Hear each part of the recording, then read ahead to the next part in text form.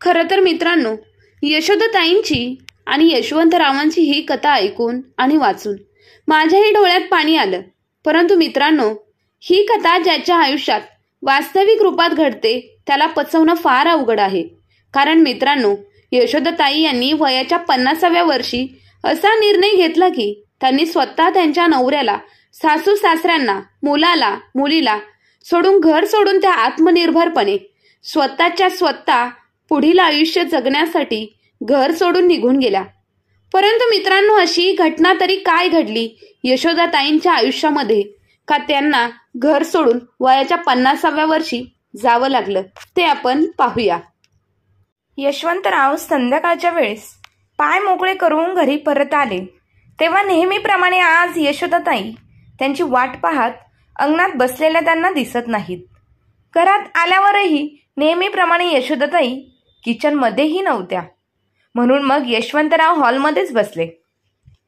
काही वेळ ते तसेच हॉलमध्ये बसून राहिले. परंतु त्यांना या वेळेला चहा पिण्याची सवय असलेल्या त्यांना यशोदाताईंची आठवण आली. परंतु यशोदाताई कुठेही दिसत नव्हत्या. मग नाईलाजाने यशवंतराव उठले आणि यशोदाताईंना शोधण्यासाठी घरभर फिरू लागले. स्वयंपाकघरात, घरामागील बागेत, अगदी शेजारच्यांना देखील विचारले. परंतु यशोदाताई कुठंच दिसल्या नव्हत्या. त्यामुळे यशवंतरावांच्या मनात विचार येऊ लागले की ही यशोदा न सांगता कुठे गेली असेल.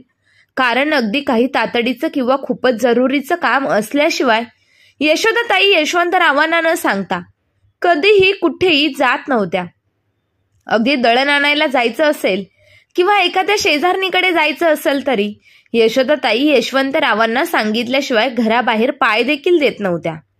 आणि यशवंतरावांचा स्वभाव त्यांचा उलट. त्यांनी आधीही, म्हणजे लग्नात झाल्यावर, अगदी तरुणपणी आणि आताही यशोदाताईंना कुठे जातोय हे सांगण्याची कधीही तसीद घेतलीच नव्हती.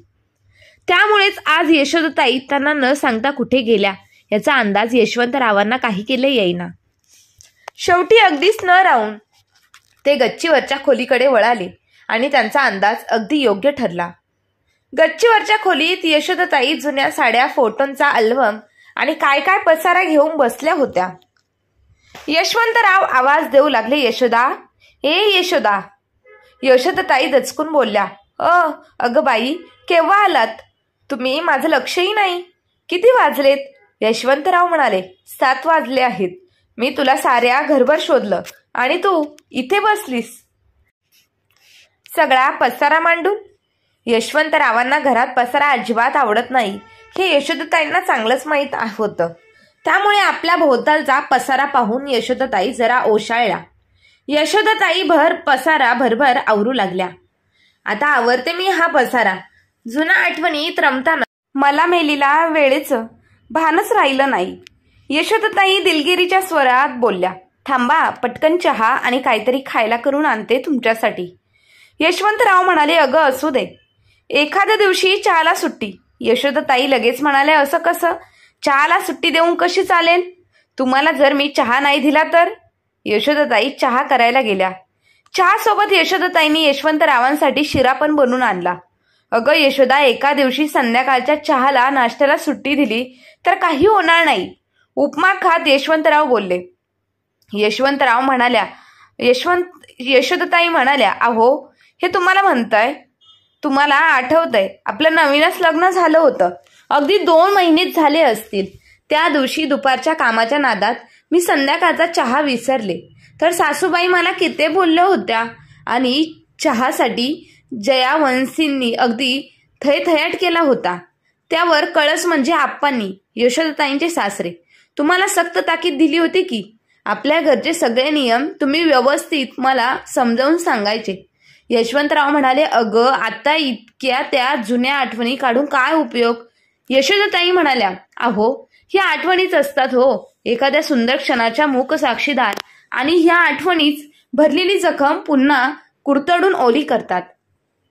माणसं नाती काळानुरूपास मागे पडतात, पण आठवणी मात्र आपला आयुष्यभर पाठलाग करत असतात. यशवंतराव म्हणाले, काय झालं यशोदा? आज तुझा रंग काही वेगळाच दिसतोय. अगं, मला वाटलं आई बाबा तीर्थयात्रेला गेले आहे. मनीषा पण पुढल्या आठवड्यात येणार आहे. नितीन तर तुला माहीतच दिवसभर कुठे घरात असतो तो. आणि ऐक ना, घरी आपण दोघेच आहोत, त्यामुळे हा शांत निवांत वेळ आपण एकमेकांसोबत घालूया. यशोदाताई म्हणाल्या, हो, पण तुम्ही गेले बाहेर पाय मोकळे करायला निघून. मग वेळ घालवण्यासाठी मी गच्चीवर गेले. जुने फोटो, साड्या, दागिने, एक एक प्रसंग, एक एक क्षण, एक एक आठवण ताजी होत गेली. मग मला मेलीला कळालंच नाही किती वेळ मी ते सगळं आठवत होती. वेळेचं भानही राहिलं नाही. यशवंतराव म्हणाले, असं काय म्हणतेस? तुझ्यामुळे आपला संसार आहे, हे घर आहे, आणि स्वतःला काय दुसणं बोलणं देतेस? यशोदाताई म्हणाल्या, हो, तेही आहेच म्हणा. तुम्हाला एक गोष्ट सांगू, नितीनची होणारी बायको गायत्री मला फार आवडली. यशवंतराव म्हणाले, ते कसे काय? यशवंतरावांना जरा शंकाच होती. नितीनने त्याच्या मनाप्रमाणे मुलगी निवडली म्हणजे नितीन प्रेमविवाह करणार होता. ते यशोदाताईंना पसंत पडेल की नाही, आवडेल की नाही, म्हणून यशोदाताई म्हणाल्या, अहो, आता साक्षगंधानंतर दिवाळी करता. मागल्या आठवड्यात ती घरी आली होती ना, तेव्हाची गोष्ट. आईंनी तिला दागिन्यांचा डब्बा दिला आणि म्हटलं, हवे ते 2 दागिने तुझे. तर गायत्री म्हणते, कशी? आजी, मला दागिन्यांची हौस नाही. खूप दागिने घालायला आवडतही नाही आणि माझ्या नोकरीतही ते बरं दिसत नाही. लक्ष्मीपूजनसाठी म्हणाल तर मी माझे मॅचिंग दागिने आणले आहेत. अगदी स्पष्ट आणि खरं उत्तर दिलं गायत्रीने. पण आई हट्ट सोडेनात म्हणून डोक्याला लावायची सोन्याची बिंदी तेवढीच घेतली पोरीनं. शिकलेली असून लक्ष्मीपूजनच्या पूजेची, नैवेद्याची, स्वयंपाकाची सगळी तयारी करू लागली मला. अंगणात रांगोळी, दाराला झेंडूच्या फुलांचं तोरण, सगळी अगदी हौसेने केलं तिने. लोभच आहे हो. मला आता माझ्या नितीनचं काही टेन्शन नाही. गायत्री नीट सांभाळेन त्याला. पण यशवंतरावांचं यशोदाताईंच्या बोलण्याकडे लक्षच नव्हतं. ते कुठल्या तरी गहन विचारात हरवले होते. इतक्यात यशोदाताई म्हणाल्या, रात्री काय खाणार? यशवंतराव म्हणाले, काय? तेव्हा यशोदाताई म्हणाल्या, अहो, मी म्हटलं रात्री जेवणात काय करू खायला? यशवंतराव म्हणाले, यशोदा, माझ्या मनात काहीतरी खळबळ माजली आहे. तुला एक सत्य सांगायचं आहे. मला समजून घे. म्हणजे इतकी वर्ष तू मला समजून घेतलंय, पण तरीही. यशोदा, अहो, एवढी काय प्रस्तावना करताय? तुमचा एक शब्द तरी मी कधी खाली पडून दिला आहे का? बोला, अगदी मन मोकळेपणाने बोला. काही मनात राखून ठेवू नका. तेव्हा यशवंतरावांनी अडकळत बोलायला सुरुवात केली.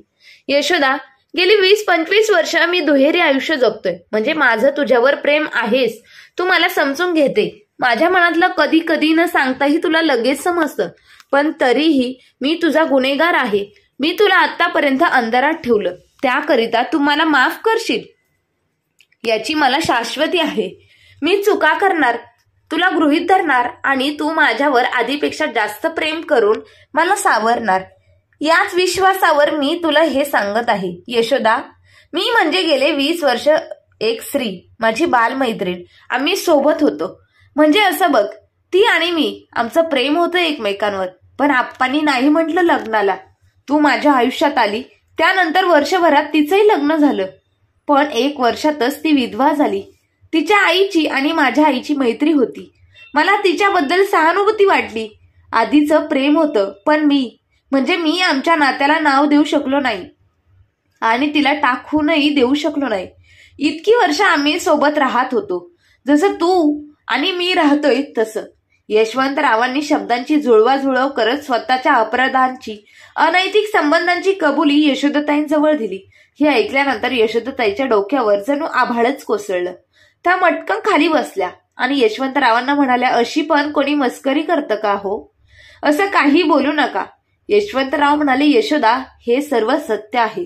हे सत्य तुला किती दिवसांपासून सांगायचं होतं, परंतु माझी हिंमतच होत नव्हती. आज मी तुला हिंमत करून ही गोष्ट तुला सांगितली आहे.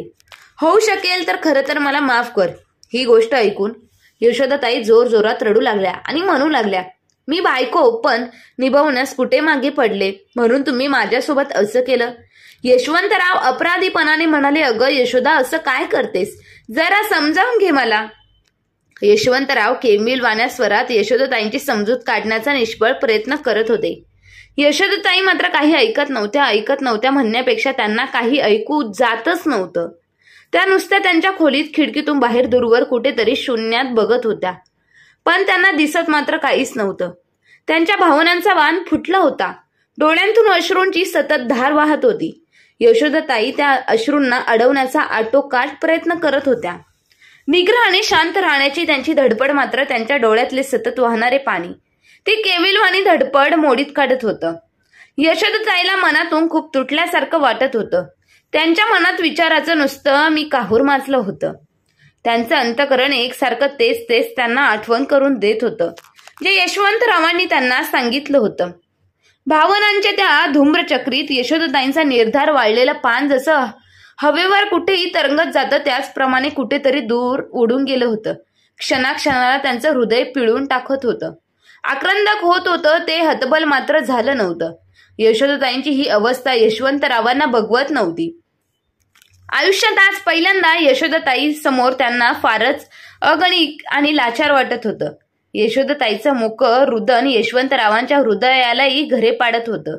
पण यशोदाताईंची समजूत कशी काढावी, त्यांचं मन भरणी कशी करावी हे मात्र यशवंतरावांना काही केल्यास सुचत नव्हतं. खरं तर वयाच्या ह्या टप्प्यावर यशोदाताईसह सुखी संसाराच्या इतक्या वर्षाच्या सोबतीनंतर यशवंतरावांना खरं बोलून आपण खूप मोठा गुन्हाच केला की काय असं वाटत होतं. पण गेली 20 वर्ष त्यांनी जी गोष्ट जीवापाड जपली होती ती अगदी अशी यशोदा समोर उघड झाल्यावर यशोदा आपल्याला समजावून घेईल आपण कुठल्या परिस्थितीत इतकी नियती शरण झालो हे तिला नक्की कळेल असं यशवंतरावांना वाटलं होतं. यशोदा चिडेल, रागवेल, ओरडेल, पण नंतर काही दिवसानंतर सगळं पूर्ववत होईल. ह्या विचारानं जणू यशवंतरावांनी यशोदाला गृहीतच धरूनच त्याचा यशोदाताईसह सुखाचा संसार सुरू असताना दुसरा एक इतिहास मोठ्या विश्वासाने यशोदाताईला सांगून टाकला. या सांगून टाकण्यालाही अनेक बाजू होत्या. एक तर यशोदाताईचा मवाळ प्रेमळ स्वभाव, यशोदाताईचा यशवंतरावांवरचा आंधळा विश्वास, दुसरं आतापर्यंतच्या त्यांच्या वैवाहिक जीवनात जितक्या काही तडजोडी, कमीपणा, एखाद्या बाबतीत पडखाने, स्वतःला दुय्यम मानून समोरच्या व्यक्तीसह असलेलं नातं महत्वाचं समजून वेळ प्रसंगी अपमान सहन करून यशोदाताईंना यशवंतरावांचा सुखी संसार केला होता. नाती जपली होती. त्यामुळेच यशवंतरावांनी त्यांचा इतिहास सांगण्याचे धाडस केले होते. पण त्यांच्या त्या एका सत्यानं यशोदाताई पूर्णपणे उन्मळून पडल्या होत्या. यशोदाताईचा जीव तिळतीळ तुटत होता. तिला स्वतःचा, यशवंतरावांचा आणि त्यांच्या नात्याचा तिटकारा वाटत होता. आपल्या सुखी संसाराचं सुंदर देखणं चित्र आपल्या जोडीदारानं असं बेरंग करावं ज्या जीवनसाथीसाठी यशोदाताईंनी प्रत्येक नात्यासमोर चूक असो वा नसो मान झुकवली होती. आपल्या सहचरणानं एवढा मोठा दगा द्यावा. नवरा म्हणून आयुष्यभर ज्याच्यावर यशोदाताईंनी स्वतःचा जीव ओवाळून टाकलं त्यानेच तिच्या विश्वासाचा खून करावा. त्यांच्या प्रेमाचा अपमान करून त्यांच्या भरवशाचे लचके तोडावे हे यशोदाताईला सहन होत नव्हतं. बाहेर अवकाळी पावसाने धुमाकूळ घातला होता आणि यशोदाताईंच्या आयुष्यात त्यांच्या साथीदारानं प्रतारनेच विष कालवलं होतं. जोडीदाराची ही अशी भूमिका, आपल्या समर्पणाचं हेच फलित ह्या विचारांनी यशोदाताई आतल्या आत घुसमटत होत्या. पाण्याविना मासोळी जशी तडफडते तशी ती तळमळत होती. जीवाची काहिली व्हावी आणि ज्याच्यावर जीव ओवाळून टाकावा अशा नवऱ्यानं डोळ्यात देखत भर उन्हात वाळवंटात एकटंच अनवाणी भरकटत सोडून द्यावं अशी अवस्था यशोदाताईची झाली होती. त्यांची ही अवस्था यशवंतरावांना बघवत नव्हती. गेल्या 2 दिवसांपासून यशोदाताईंनी काही खाल्लंही नव्हतं. स्वतःला त्यांच्या खोलीत कोंडून घेतलं होतं. यशवंतरावांनाही त्या खोलीत जायला यशोदाताईंनी मनाई केली होती. त्यांची घुसमट यशवंतरावाला सहन होत नव्हती. यशवंतरावांनी यशोदाताईच्या विनंत्या केल्या, हजारदा माफी मागितली, पण यशोदाताईवर त्याचा काही एक परिणाम झाला नाही. तिसऱ्या दिवशी यशोदाताई खोलीच्या बाहेर आल्या. ते बघून यशवंतरावांना जरा हायसं वाटलं. 2 दिवसाचं जागरण आणि रडल्याने त्यांचे डोळे सुजले होते. चेहऱ्यावरची पार रया गेली होती. थकलेल्या पावलांनी जीवाच्या वर झालेलं ओझं ओढत न्यावं तशी ती स्वतःला ओढत हॉलमध्ये आली आणि सोप्यावर मुटकून खाली बसली. पिंजारलेले केस, शून्यातून हरवलेली नजर आणि नेहमी हसतमुख असलेल्या चेहऱ्यावर आता भेसूर शांतता दिसत होती. यशवंतराव डायनिंग टेबलच्या खुर्चीवर तिच्या जवळ आले. तिच्या पाशी बसून त्यांनी यशोदाताईचा हात हातात घेण्याचा प्रयत्न केला. त्यांच्या स्पर्शाने तिचं अंग रागाने थरथरलं. अंगावर पाल पडावी तसा त्यांनी यशवंतरावांचा हात एकदम झटकला. मला स्पर्श करू नका, त्या चिडून बोलल्या. यशवंतराव म्हणाले, यशोदा शांत हो, सावर स्वतःला. अगं मी यशवंत, तुझा नवरा. यशवंतरावांनी यशोदाताईंची समजूत काढण्याचा प्रयत्न केला. यशोदाताई म्हणाल्या, माझा नवरा तुम्ही नाही, तुम्ही ते नाहीतच. मी माझे जीवन सर्वस्व ज्याच्या चरणी वाहिलं, माझं आयुष्य, अस्तित्व ज्याच्यावर ओवाळून टाकलं, तो असा तुमच्यासारखा विश्वासघातकी कदापि नाही. जा इथून. तुम्ही माझ्या आयुष्याची राख रांगोळी केलीत आणि आता माझी मनधरणी करताय. यशवंतराव म्हणाले, यशोदा माझं चुकलं, मी फार मोठा अपराध केलाय. तू देशील ती शिक्षा मला मान्य आहे, पण मला असं झिडकारू नकोस. तू बोल, रागव माझ्यावर, पण स्वतःला त्रास करून घेऊ नकोस ग. यशोदाताई म्हणाल्या, मला होणाऱ्या त्रासाची तुम्हाला कधीपासून एवढी काळजी वाटायला लागली? गेल्या 2-2.5 दशकांच्या आपल्या वैभविक जीवनात मला होणारा त्रास कधीही तुमच्या खिचगणीत नव्हता आणि राहणारही नाही. मी माझं सारं आयुष्य तुमच्यासाठी, आपल्या संसारासाठी वेचले. गुरुस्त्रीची गाडी एका हाताने सांभाळली, पै पाहुणा, सणवार, नातलग, सासू सासऱ्यांची सेवा, मुलाचे संगोपन सारं मी एकटी करत राहिले. या घरासाठी, परिवारासाठी क्षणाक्षणानं, कणाकणानं झिजत राहिले. आणि आज तुम्ही म्हणताय की गेल्या 25 वर्षापासून एक बाई तुमच्या आयुष्यात होती. सांगा, कसं सहन होईल हे मला? मी आपल्या नात्यासाठी, मुलाबाळांसाठी स्वतःला विसरून सर्वस्व समर्पित केलं आणि तुम्ही मात्र बाहेर. शी, मला बोलवत सुद्धा नाही. यशवंतराव म्हणाले, यशोदा मी तुझा गुन्हेगार आहे. मी प्रायचित्त घ्यायला तयार आहे. तुला जे शासन करायचं ते कर. यशोदाताई म्हणाल्या, मी तुम्हाला काय शिक्षा देऊ? माझ्या प्रेमाचा, त्यागाचा, समर्पणाचा अपमान केला तुम्ही.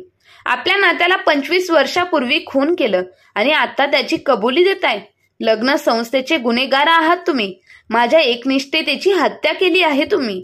यशोदाताई पोट तिडकीने बोलत होत्या. यशवंतराव मात्र मान खाली घालून निमूटपणे सारं काही ऐकत होते. यशोदाताई म्हणाल्या, त्या दुसऱ्या घरी पण मूलबाळ आहे का तुम्हाला? यशवंतराव म्हणाले, अगं काय? यशोदाताई म्हणाले, मी म्हटलं तिकडे मूलबाळ किती? यशवंतराव म्हणाले, नाही, मूलबाळ नाही. यशोदाताई म्हणाले, इतक्या वर्षानंतर आत्ताच का सांगितलं हे?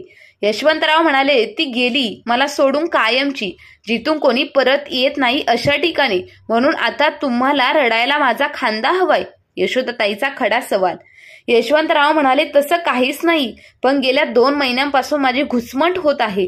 तुला इतकी वर्ष अंधारात ठेवलं, पण आयुष्याच्या ह्या टप्प्यावर मला हा भार आता सोसवेना. म्हणून तिची ही शेवटची इच्छा होती. यशोदाताई रागात म्हणाल्या, म्हणून स्वतःच्या खांद्यावरच विश्वासघाताचं ओझं तुम्ही माझ्या मनावर, आत्म्यावर का टाकलं?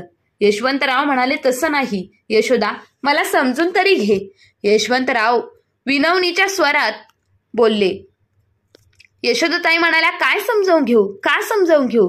की तुम्ही फार मोठे मन करून मला सगळं सांगितलं, म्हणून तुमचे आभार मानू, की तुमच्या सच्चेपणाबद्दल तुमची आरती ओवाळू? यशवंतराव म्हणाले, माझ्या आयुष्यात जे काही घडलं, माझा भूतकाळ, इतिहास यावर तुझा हक्क आहे. माझ्या आयुष्यात एक महत्वाचा कोपरा मी तुला सांगितला, कारण माझी बायको म्हणून तो तुझाच अधिकार आहे. यशोदाताई म्हणाल्या, अधिकार, हक्क एवढ्या मोठ्या शब्दांचा आसरा घेऊ नका. बाहेर माती खाल्लीत आणि आता इथे महान व्यक्ती बनण्याचा, माझ्या नजरेत थोर होण्याचा प्रयत्न करू नका. यशवंतराव, हे बघा यशोदा, जरा समजूतदारीने घे. अगं उशिरा का होईना, पण मी तुला सर्व काही सांगितलं ना. यशोदाताई म्हणाल्या, का सांगितलं? त्या संतापाने रडायला लागल्या. मला अंधारात ठेवायचं होतं, इतकी वर्ष जसं ठेवलं तसं.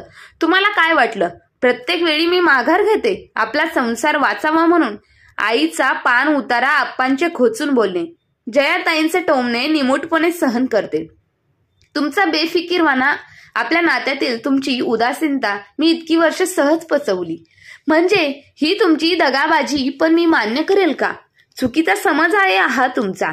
मी आता काही एक मान्य करणार नाही. इतकी वर्ष सगळं सहन करता करता माझा जीव आता गुदमारायला लागला आहे आणि वरून त्यात तुमचे हे प्रताप. मला आता ह्या घरात राहावंसं वाटत नाही. मी इथे राहणार नाही. यशवंतराव आश्चर्याने म्हणाले, इथे राहणार नाही म्हणजे? हे घर सोडून जाणार तू? घराण्याच्या अब्रूचं काय? अगं लोक काय म्हणतील? मुलांचा तरी विचार कर. यशोदाताई म्हणाल्या, बाहेर रंग उधळले तेव्हा तुम्ही केलात का लोकांचा विचार? घराण्याची इज्जत, मुलांचा विचार सगळं मी सांभाळायचं आणि बाहेर तुम्ही? शी. यशोदाताई निर्धारपणे बोलत होत्या. 2 दिवसांनी आई बाबा तीर्थयात्रेहून परत येत आहे आणि हा नितीनला आणि मनीषालाही बोलव.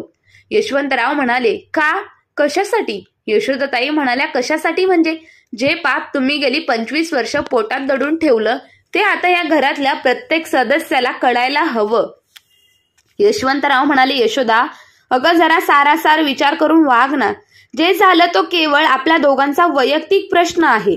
घरातल्या सर्वांसमोर तमाशा करून तुला काय आता मिळणार आहे? आणि मुख्य मुद्दा म्हणजे मिळवायचं तरी काय आहे? यशोदाताई म्हणाल्या, तुम्हाला काय मिळालं? 25 वर्ष माझ्या प्रेमाचा असा घात करून नवरा बनून केसानं गळा कापलात तुम्ही माझा. आणि तमाशाची म्हणाल तर तो तुम्हीच केलाय, आपल्या घराचा, संसाराचा. मी फक्त सत्य सगळ्यांना सांगणार आहे. आणि काय म्हणाला तुम्ही? मला काय मिळणार? मला आता काहीच मिळवायचे नाहीये, पण ह्या घरात राहणाऱ्या प्रत्येक व्यक्तीसाठी मी झटले आहे. त्या प्रत्येक व्यक्तीचा माझ्यावर आणि त्यांच्यावर अधिकार आहे. लग्न झाल्यावर प्रत्येक स्त्रीचं नातं केवळ नवऱ्यासोबत राहत नाही, तर घरातल्या प्रत्येकाशी ती नव्या नात्याने जोडली जाते. वैयक्तिक प्रश्न म्हणाल तर आई बाबा तुमचे आई वडील आहेत आणि मनीषा नितीनचे आपण. त्यामुळे कुठलाही प्रश्न आता आपल्या दोघांचा वैयक्तिक असू शकत नाही. निदान हा प्रश्न तर नाहीच नाही. यशोदाताईचे इतर 4 चौघींप्रमाणेच त्यांचं घर, त्यांचा संसार हेच त्यांचं विश्व होतं. 50च्या घरात असलेल्या यशोदाताई निगुणीतने संसार करत होत्या. सासू सासऱ्यांची मर्जी सांभाळत नवऱ्याच्या आवडीप्रमाणे, इच्छेप्रमाणे त्यांनी स्वतःला घडवलं होतं. शिकलेल्या असूनही संसारासाठी त्यांनी गृहिणीपद सांभाळले होते. यशोदाताई 17 ते 18 वर्षाच्या असताना त्यांचं लग्न झालं आणि संसार सुरू झाला. सासरच्या चालीरीती समजावून घेत चुकत माकत संसारात रुळताना मनीषाचा जन्म झाला आणि 2 वर्षात नितीनही यशोदाताईच्या घरात रांगू लागला. मुलांच्या संगोपनात सासू सासऱ्यांच्या सेवेत आयुष्यातली किती वर्ष यशोदाताईंनी खर्च केली त्याचा हिशोब त्यांनी कधी मांडलाच नाही. तशी त्यांना कधी गरजही पडली नाही. त्यांनी स्वतःचं विश्व, नवरा, मुलं त्यांच्या भोवतीच विगुणित केलं होतं. 2 वर्षांपूर्वी मनीषाचं लग्न झालं आणि 3 महिन्यापूर्वी नितीनचा साखरपुडा.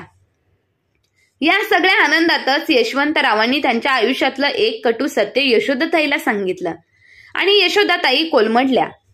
यशोदाताईच्या म्हणण्याप्रमाणे यशवंतरावांनी त्यांचे आई वडील आणि मुलं घरी आल्यावर हे सत्य त्यांना सांगण्याचा निर्णय घेतला. दुसऱ्या दिवशी यशवंतराव यांच्या आई वडील तीर्थयात्रेहून घरी परतले. यशवंतरावांनी फोन करून नितीन आणि मनीषलाही बोलावून घेतले. जेव्हा यशवंतराव स्वतःचा भूतकाळ सगळ्यांना सांगत होते तेव्हा यशोदाताई त्यांच्या खोलीत विचारमग्न बसल्या होत्या. दिवाणखान्यात सोप्यावरती यशवंतरावांचे आई बाबा सुटकी चेहरे करून सगळं जड अंतकरणाने ऐकत होते. आपले वडील काय सांगत आहे त्या बोलण्याचा मनीषाला काहीच अर्थ लागत नव्हता. यशवंतरावांचा आवाज तर मनीषाच्या कानापर्यंत जातही नव्हता, पण त्या शब्दांचा तिला अर्थबोध मात्र होत नव्हता. यशवंतरावांचे शब्द नितीन मात्र निर्विकारपणे ऐकत होता. तसेही नितीनला ह्या सगळ्या प्रकरणाने फारसा फरक पडलाच नव्हता, पण त्याच्या वडिलांच्या ह्या असल्या वागण्याने त्याची दुःखी झालेली आई त्याला बघवत नव्हती. खरं तर त्याच्या आईला होणाऱ्या मनस्तापाने तो जास्त व्यथित झाला होता. यशवंतरावांचं बोलणं संपलं. काही काळासाठी दिवाणखान्यात जीवघेणी शांतता पसरली होती. कोणीच काही बोलण्याच्या मनस्थितीत नव्हतं. काही काळानंतर आप्पांचा संयम संपला आणि ते बोलू लागले. अरे, मगाशी तू काय बोलला ते तुला तरी कळाले आहे का? यशवंतरावांनी काहीच उत्तर दिले नाही. जावई आला आहे तुला, 4 दिवसात सुनई येईल आणि स्वतःच्या स्वैराचाराची कथा तू तुझ्याच मुलांसमोर आम्हाला काय सांगतोयस रे? जनाची नाही तर निदान मनाची तरी लाज ठेव. नवरा बायकोच्या प्रश्नात आम्हा म्हाताऱ्यांना का त्रास देतोय रे? यशवंतराव म्हणाले, आप्पा, यशोदाला असं वाटते म्हणजे तिची अशी इच्छा आहे की सगळा झालेला प्रकार जाणून घेण्याचा तुम्हाला आई वडील म्हणून आणि मनीषा आणि नितीनला आमची मुलं म्हणून अधिकार आहे. यशवंतराव अपराधी स्वरात बोलले होते. आप्पा चिडून बोलले, ती यशोदा बोलली आणि तू लगेच तिचं म्हणणं ऐकलं. अगं यशवंताची आई, तरी मी तुला म्हणत होतो की त्या बाईशी जास्त घरोबा करू नकोस, यशवंताला चुकीच्या गोष्टीत पाठीशी घालू नकोस, पण तू माझं ऐकलंच नाही. बघ आता त्याचे काय परिणाम झाले आहेत. यशवंतरावांच्या आई म्हणाले, अहो असं काय करताय? मुलगा आहे तो आपला, उशिरा का होईना पण त्याने सारं सांगितलं ना. जरा त्याच्या बाजूनेही विचार करा ना. आप्पा म्हणाले, अगं तेच म्हणतोय मी. आयुष्याच्या ह्या सगळ्या मावळतीला यानं हे सारं आपल्याला सांगितलं का? झाडाची पिकली पानं आपण आज ना उद्या गळणारच. आयुष्याचे उतरले सुरले 4 दिवस निवांतपणे जगू द्यायचं नाही असंच यानं ठरवलेलं दिसतंय. अगं बाहेर इतकी वर्ष यानं तोंड काळं केलं, वरून आता आपल्याला सांगतोय. अरे आमचे संस्कार, घराण्याची इब्रत याचा तरी विचार करायचा होतास रे यशवंता. असं वागण्यापूर्वी आयुष्याच्या ह्या मावळतीला हा तुझा स्वैराचाराचा भार मनात सोसवत नाही रे. आप्पा हतबल होऊन स्वतःची अगिकता त्यांच्या बायकोला आणि यशवंतरावांना सांगण्याचा प्रयत्न करत होते. यशवंतरावांची आई म्हणाली, ती मुलगी काही आता ह्या जगात नाही. यशवंत आपल्या पोटचा गोळा आहे. त्याचे अपराध आपण पोटात घेणार नाही तर कोण घेणार?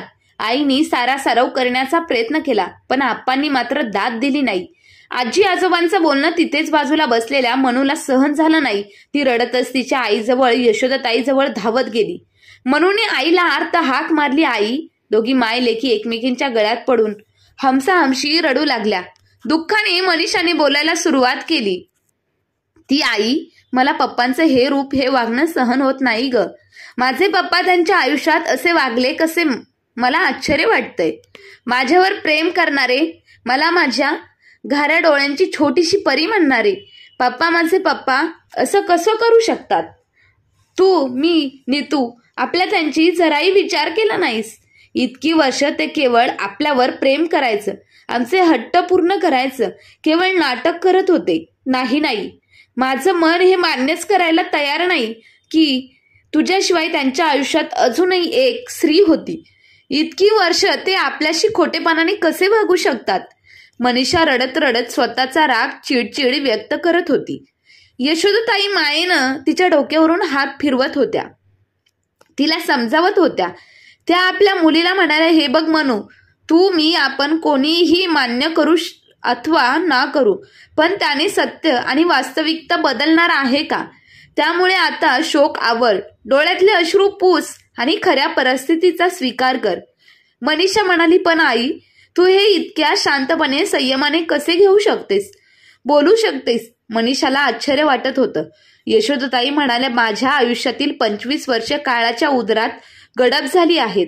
माझा केवळ एक साधन म्हणून माझ्या नवऱ्यानं वापर करून घेतला आहे. हे सत्य मी आता स्वीकारलं आहे. पण हा अपमान, अन्याय मात्र मी आता सहन करणार नाही. मी आणि तुझे बाबा आता एकत्र एका छताखाली राहू शकत नाही. त्यामुळे मी वेगळी होणार आहे. मनीषा आश्चर्याने म्हणाली, काय? तू वेगळी होणार? घटस्फोट घेणार आणि मग जाणार कुठे? यशोदाताई म्हणाल्या, मी घटस्फोट घेणार असं म्हटले नाही, पण मी आता ह्या घरात राहू शकत नाही. मी माझा वेगळा मार्ग शोधणार आहे. मनीषा म्हणाली, अगं पण आई, आता ह्या वयात तू बाहेरच्या जगात काय करणार आहेस? माझ्या सासरचे काय म्हणतील? माझ्या नवऱ्याला मी काय सांगू? नाही आई, तू पप्पांशी अबोला धर, पण हे घर सोडू नकोस. माझा जरा तरी विचार कर. यशोदाताई किंचित हसल्या आणि म्हणाल्या, शेवटी तूही निघालीस माझीच मुलगी. स्वतःपेक्षा, आईच्या दुःखापेक्षा तुला सासरची काळजी वाटते. असो, यापुढे तुझ्या प्रश्नांची उत्तरं तुला शोधावी लागतील. आयुष्यभर मी तुला पुरी पडू शकत नाही. यशोदाताई ठामपणे बोलत होत्या. मनू, तुला आठवते का 8-10 महिन्यांपूर्वी तुला संशय आला की तुझ्या नवऱ्याची त्याच्या सहकारी महिलेसोबत काहीतरी भानगड सुरू आहे. तेव्हा तू रागारागाने घर सोडून इथे आली होतीस ना. लग्नाच्या केवळ 1-1.5 वर्षात तुला तुझ्या नवऱ्याचं वागणं खपलं नाही. मग माझ्या आयुष्याच्या 25 वर्षाचा हिशोब मी कसा मांडू सांग बरं? यशोदाताईंच्या या प्रश्नावर मनीषा जवळ काहीच उत्तर नव्हतं. मनीषा तिथून उठून तरातरा निघून गेली. थोड्या वेळाने नितीन यशोदाताईंजवळ आला. माय लेकाची नजरानजर होताच दोघांनी खिन्न स्मित केले. नितीन म्हणाला, आई, मी काय बोलू सुचत नाहीये. खरं तर मला काही बोलण्याचा अधिकारच नाही. किंबहुना माझी तेवढी पात्रता नाही. हे आज जे काही आहे ते माझे यश आणि अस्तित्व, संपत्ती, संपन्नता केवळ तुझ्याचमुळे. तू मला घडवलंस, नाहीतर 10वी नापास झालेलो मी BA विद्यापीठात पहिल्या 5 मध्ये आलोच नसतो. तुझा जो काही निर्णय असेल तो मला मान्य आहे. मी सदैव तुझ्याच सोबत असेल. तुझ्याशिवाय मी स्वतःला शून्य समजतो आई. तू ज्या वाटेने जाशील मी तिथे तुझ्या मागे मागे येणार आहे. मी स्वतःला तुझ्यापासून वेगळं करू शकत नाही. बोलता बोलता तो शांतपणे टीप गाडू लागला. यशोदाताई नितीनच्या डोक्यावरून हात फिरवत त्याला समजावत म्हणाल्या, अरे आता तू मोठा झाला आहेस बाळा. उद्या तुझं लग्न होईल, मग मुलं होतील तुला. त्यामुळे तुला आता माझं बोट सोडावंच लागेल. म्हणजे ते मीच आता सोडून घेणार आहे.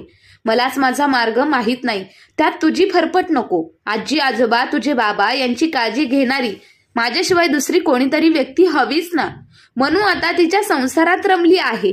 त्यामुळे ह्या घराचा लेक म्हणून ही जबाबदारी तुझी आहे आता.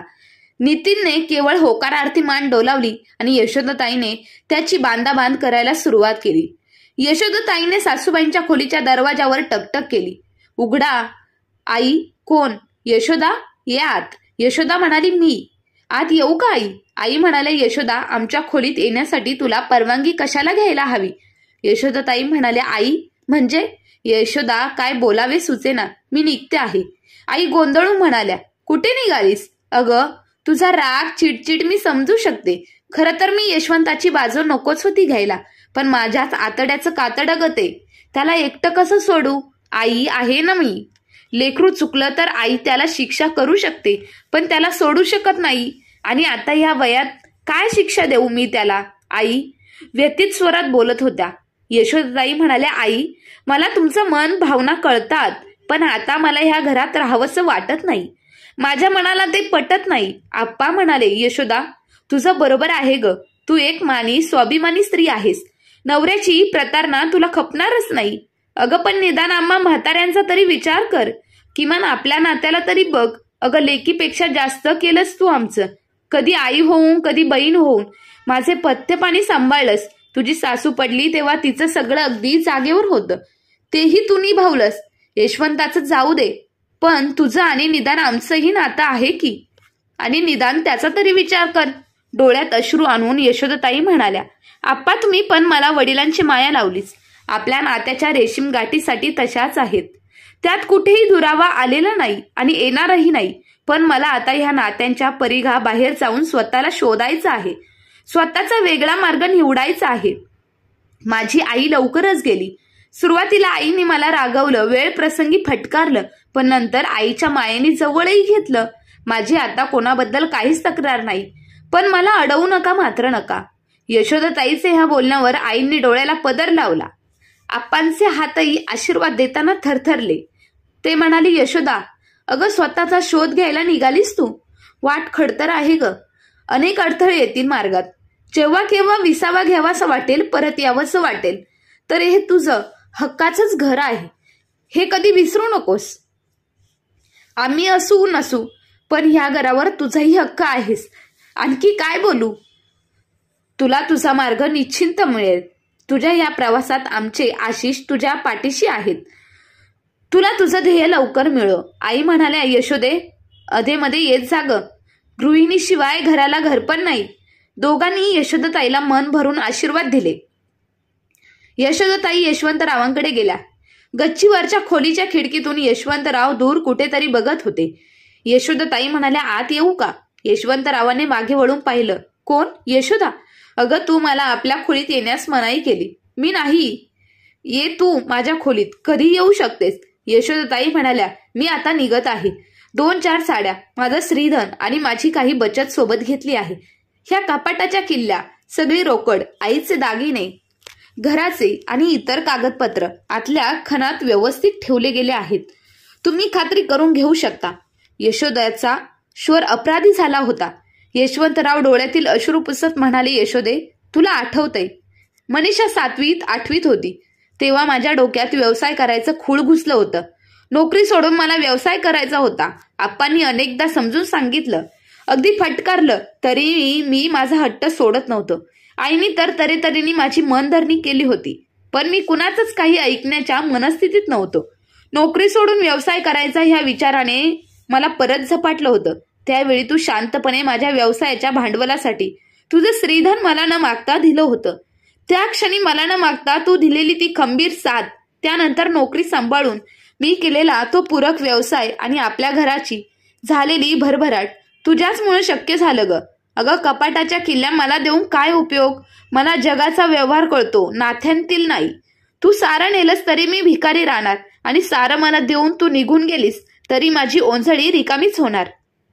बघ परत एकदा विचार कर. यशोदाताई म्हणाल्या, आयुष्य फार लहान असतं. आपल्या माणसांसाठी काही करता आलं, झिजता आलं तरी झिजावं. निदान कठीण प्रसंगी त्यांच्या बाजूने उभं राहावं. जीवनाचा प्रवास हा प्रत्येकाचा वेगळा असतो. इथे प्रत्येक जण एकटा, प्रत्येकाचा मार्ग निराळा.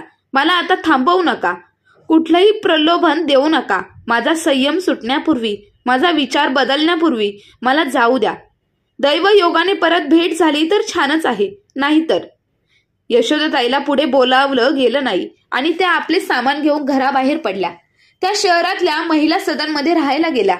तर मित्र आणि मित्रांनो, तुम्हाला यशोदाताईंचा घर सोडण्याचा निर्णय योग्य वाटला की अयोग्य हे कमेंट बॉक्समध्ये नक्की कळवा. आणि ही कथा तुम्हाला कशी वाटली तेही कळवा. आणि आवडली असेल तर व्हिडिओला लाईक, शेअर, सबस्क्राईब नक्की करा. धन्यवाद.